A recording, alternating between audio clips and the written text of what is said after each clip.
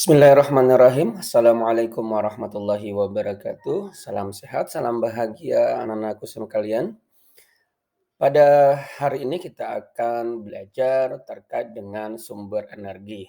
Kata energi sendiri adalah kata yang sering kita dengar dan kita semua dalam kehidupan itu pasti membutuhkan yang namanya energi. Karena kita membutuhkan yang namanya energi, maka energi ini pasti bersumber dari sesuatu. Dan hari ini kita akan belajar terkait dengan sumber energi. Nah, apa yang dimaksud dengan sumber energi itu? Ya, sumber energi itu merupakan segala sesuatu yang dapat menghasilkan energi. Baik, energi itu kita peroleh secara langsung maupun harus melalui proses konversi atau transformasi, atau energi itu harus diubah dulu bentuknya ke bentuk yang lain sehingga kita bisa, manfaatkan.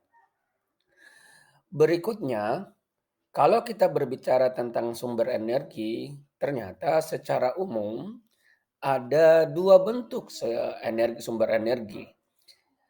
Ada sumber energi yang dapat diperbaharui dan ada sumber energi yang tidak dapat diperbaharui. Apakah anak-anakku tahu apa saja sumber energi yang dapat diperbaharui maupun sumber energi yang tak diperbaharui? Oke, mari kita lihat ya satu persatu. Sumber energi yang dapat diperbaharui itu merupakan sumber energi yang dapat digunakan berulang kali dan tidak habis karena secara alami ini selalu ada. Coba lihat videonya, ya kan? Ada air yang mengalir, ada angin yang bergerak, ada cahaya matahari. Nah, ini semua adalah sumber energi, ada panas gitu. Jadi sumber energi yang dapat berbaharu itu seperti energi matahari, angin, air terjun. Nah, sekarang kita akan masuk ke sumber energi yang diperbaharui. Contohnya yang pertama itu adalah energi matahari. Jadi matahari ini merupakan sumber energi utama bagi kehidupan di muka bumi. Jadi tidak ada satupun makhluk ya, yang ada di muka bumi ini tidak memerlukan yang namanya, energi matahari. Meskipun kemudian mungkin makhluk tersebut, perlu energinya melalui, proses konversi atau transformasi ya.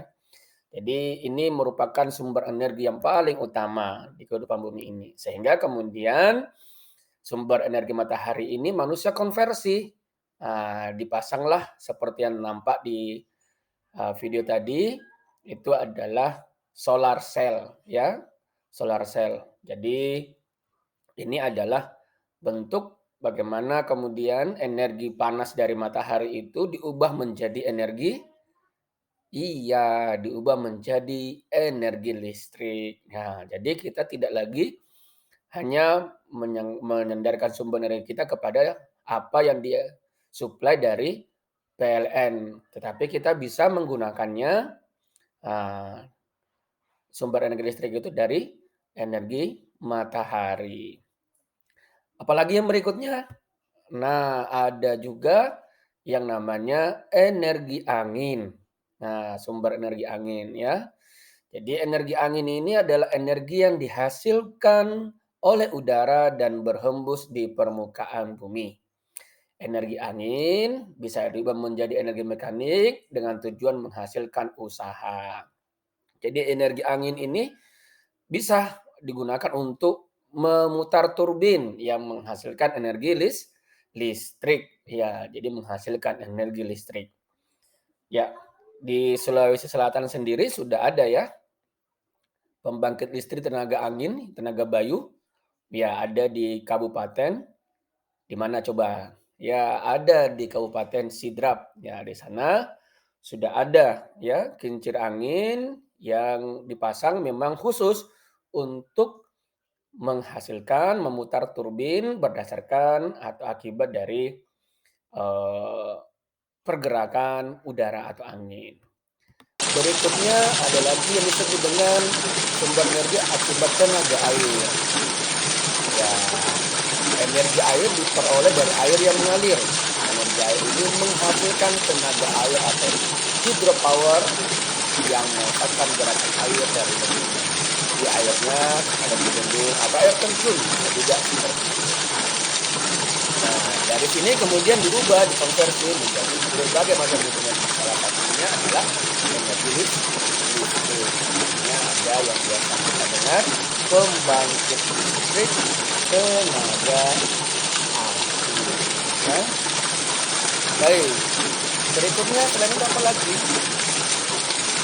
Masih ada. Ada yang dimaksud dengan energi panas bumi. Jadi bumi kita ini selalu dihangatkan ya dari inti bumi. Karena inti bumi itu sangat panas. Dan panasnya ini ternyata dapat dimanfaatkan sebagai sumber energi. Dan pemanfaatan energi panas bumi itu salah satunya adalah untuk menghasilkan energi listrik. Nah, energi panas tadi itu bisa digunakan untuk memutar turbin ya, memutar turbin. Jadi uap-uapnya itu dipakai untuk memutar turbin.